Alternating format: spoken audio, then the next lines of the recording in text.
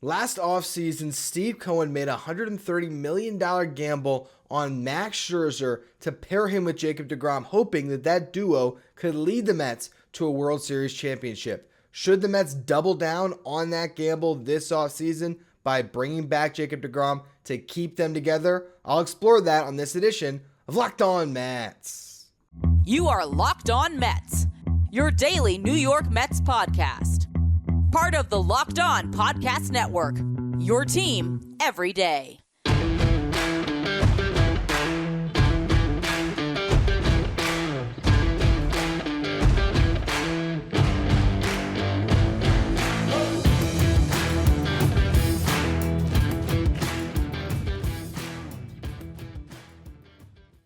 Hello to all you amazing Mets fans. You're watching Locked On Mets, part of the Locked On Podcast Network, your team every day.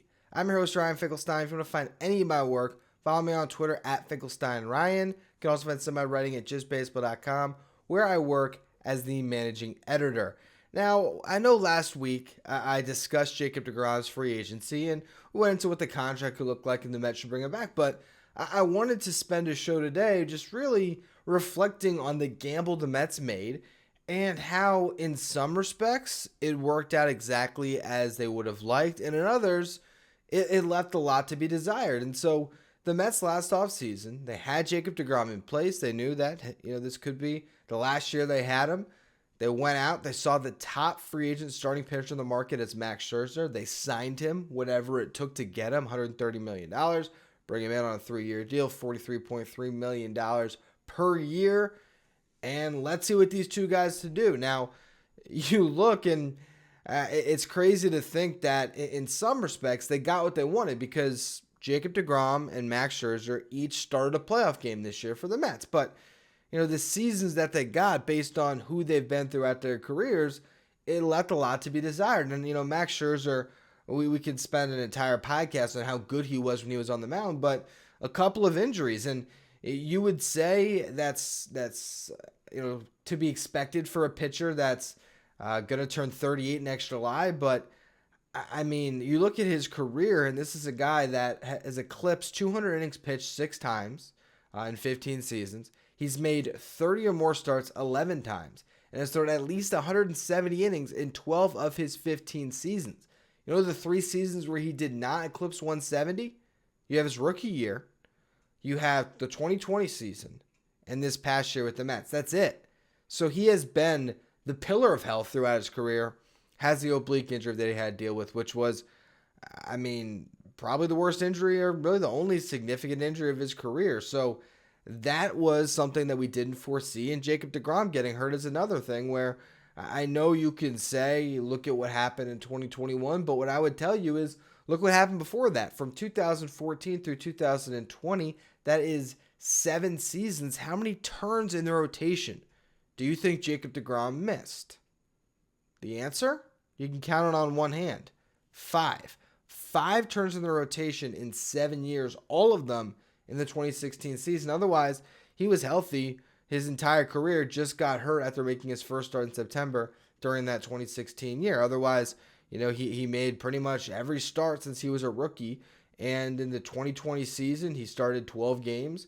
2021, 15 starts, and then he missed the second half, and then he missed, the first 2/3 of the season this year. But these are guys that were previously very healthy, and I think that is something that really colored their first year with the Mets. Now, the thing is, when they got together, they did something special in August. Jacob DeGrom rejoins the rotation on August 2nd. Scherzer had pitched the day prior, beat the Nationals. You look at the Mets record from August 1st through September 2nd, the one portion this year where I am convinced the Mets had a healthy Jacob DeGrom and a healthy Max Scherzer as a team. They went 21-11. That's a 656 winning percentage. That's on pace over a full 162 of being a 106 win team. And you look at DeGrom, he pitched to a 1.98 ERA. Scherzer pitched to a 2.66 ERA, and they took 6 turns in the rotation together. Now, Scherzer gets hurt again on September 3rd, leaves his start early, misses a little over 2 weeks, comes back on September 19th, and was amazing, if you remember, pitching 6 perfect innings in the game the Mets clinched against the Brewers to make that playoff berth. But down the stretch, he makes 3 starts. That was one of them. Had another one against Oakland and the one against the Braves. And, that's a short amount of time to get right after re-aggravating that oblique injury. And we just don't know if Max Scherzer was fully himself in the playoffs. And really, if we think back, and if they did have a completely healthy Max Scherzer, do the Mets win that first game of that series? And then do they either roll out the strategy they were planning, or Bassett would have gone game 2, and then DeGrom could have potentially closed it out in a game 3 if the Mets had lost? We'll never know what could have happened, but we've seen now the end of the season press conference with Buck Showalter and Billy Epler, and one of the things that Billy Epler discussed on that show was, or on that presser, was that the playoff rotation was slated the way they wanted it. They got themselves to the point that if you would have put a contract in front of anyone on the Mets on opening day and said, hey, you're going to make it into the playoffs this year, and you're going to have a healthy DeGrom and Scherzer, regardless of what seed it was, you would have taken it. Because if the Mets won the division but DeGrom never got back, that wouldn't have been as advantageous of a position as the Mets were put in when those two guys were in the rotation taking the ball come October. But it didn't work out for the Mets this year. So the question is, do you double down? Because again, Scherzer's going to be 38 in July, but you're tied to him for 2 more years anyway. Jacob DeGrom will turn 35 in June. Do you look at the season you just had and think, you know what, it didn't quite work for us, but next year it's going to pan out and we should gamble on these guys again? Should they double down on the Max Scherzer Jacob DeGrom pairing? I'll discuss that in just a minute. Before we do, though, BetOnline.net is your number one source for football betting info this season. Find all the latest player developments, team matchups, news, podcasts, and in-depth articles and analysis on every game you can find. And as always, BetOnline remains your continued source for all of your sports wagering information with live betting and up-to-the-minute scores for every sport out there. Right now, you can bet on the NLCS, Phillies-Padres. Phillies are currently listed at plus 105. The Padres are the favorites at minus 125. BetOnline is the fastest and easiest way to check in on all your favorite games and events, including MLB, MMA, boxing, and golf. Head to betonline.net or use your mobile device to learn more about the trends and the action. BetOnline, where the game starts. When I look at the free agents that are out there, I still come back to this notion that you're not going to do better than bringing back Jacob DeGrom because A, he's the best pitcher on the planet when healthy. But B, you look at the other options, and the only way I'm comfortable saying goodbye to Jacob DeGrom is if you tell me that the money that you're going to spend on DeGrom can net you 2 guys that can be more reliable when it comes to health and can go out and start a playoff game for you and win. So if that's what you're going to get, all right, by all means. But, let's look at the options. Carlos Rodon. How much cheaper is he going to be than DeGrom?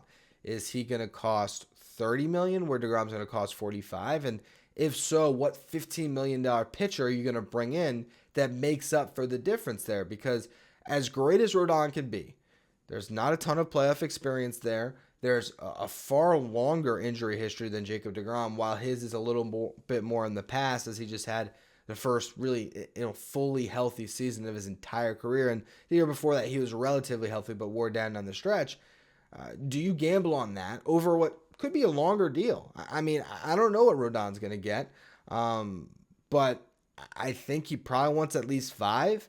DeGrom might want 5 as well, but there's also a chance you can get DeGrom on a really big 3 or 4 year deal. So it really is weighing the pros and cons of those 2 guys to me. But you look at the rest of the market, it's Justin Verlander, it's Clayton Kershaw, it's Luis Severino, Tyler Anderson, Chris Bassett, Jose Quintana, Michael Wacha, Martin Perez, Ross Stripling, Nathan Eovaldi, Taijuan Walker, Carlos Carrasco.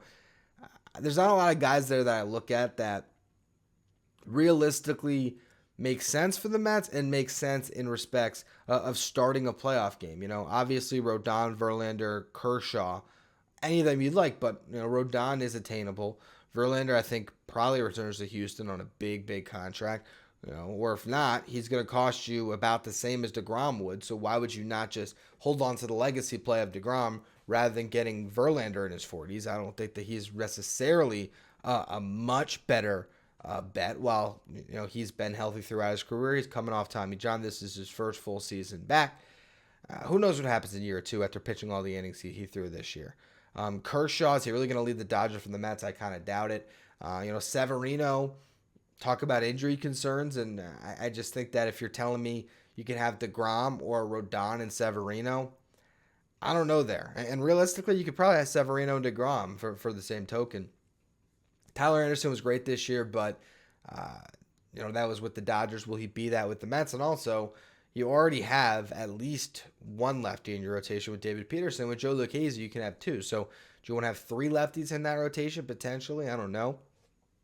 Bassett, I think we kind of saw the potential there. And look, if Chris Bassett returns on the qualifying offer and you re-sign DeGrom, I'm perfectly comfortable with where the rotation is. I think that they'd be in a pretty good spot, and you'd look to try to address this team around the margins, but you'd basically be running it back. And I don't think it's the worst thing in the world to run back a 101-win team, and that's what we're discussing here with DeGrom and Scherzer, and thinking that next year you'll have a better string of luck when it comes to playoff baseball. I think anything can happen when you get to October. And the bottom line through all of this and through all the different options that are out there is there's no higher ceiling option than Jacob DeGrom and Max Scherzer. There's just not.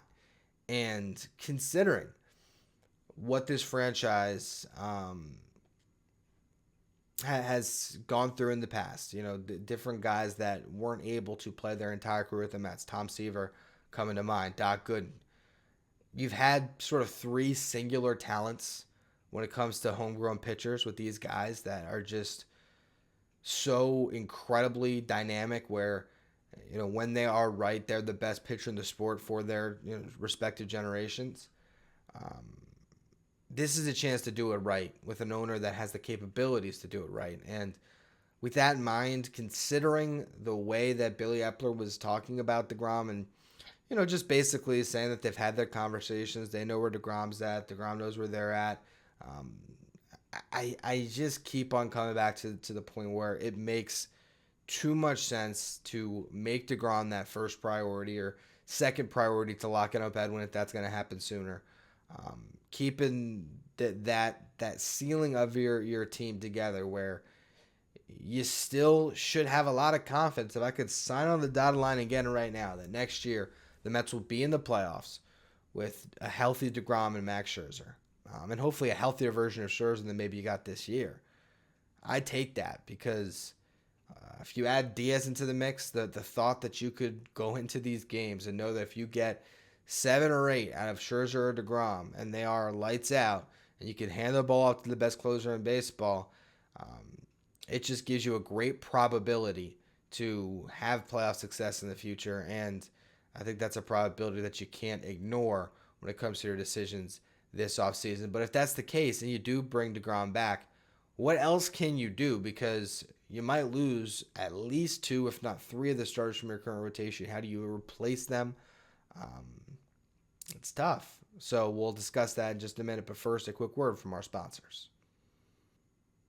So if the New York Mets bring back Jacob DeGrom, what will their rotation look like? Well, DeGrom, Scherzer, best 1-2 punch in the sport. I still believe that. Beyond, though, you got David Peterson, who I think has solidified a spot in the 2023 rotation, in my opinion. At worst, he should be your 5 starter. But realistically, I think he's even earned the chance to really lock down that 4 spot. And I'm comfortable with that. I'm comfortable if next October David Peterson is starting a playoff game. I'm perfectly happy with that. And some might disagree with me on it, but we'll do another podcast soon here breaking down his season. And I just think that the sky really is the limit for him. I think he could be a really solid middle of the rotation starter. So I feel good about that. Tyler McGill is a big question mark after a down year where he obviously got injured. So he started off in April and was amazing, was DeGrom light. Then he gets hurt and struggled before he hit the IL. Then you didn't see him for a while. They tried to bring him back as a reliever, and that transition didn't work. But that does not mean that he can't still be an effective starting pitcher. But I would not bank on him to definitely have a spot in the rotation. I look at Tyler McGill and Joey Lucchesi, and I think if the two of them are competing for that fifth starter spot, you're in good shape. Jose Budo, I believe, can factor in as well. So with that in mind, you have 6 on your starting pitching depth chart if you were to bring back DeGrom. The question then is, what else are you doing here? How else can you build out this rotation? Because you'd like to have at least 8, if not 9 viable starters, because a Budo is unproven. So where do you go? Well, the first thing is Carlos Carrasco. And we discussed this on the podcast last week about who had played their last game with the Mets. And I was sort of leaning a little bit more towards Carrasco coming back. And the reality is, I rattled off that list of free agent starters. He's not necessarily better than, obviously, Verlander or Kershaw. Severino has a higher upside. Tyler Anderson had a better year, although Carrasco a far better career.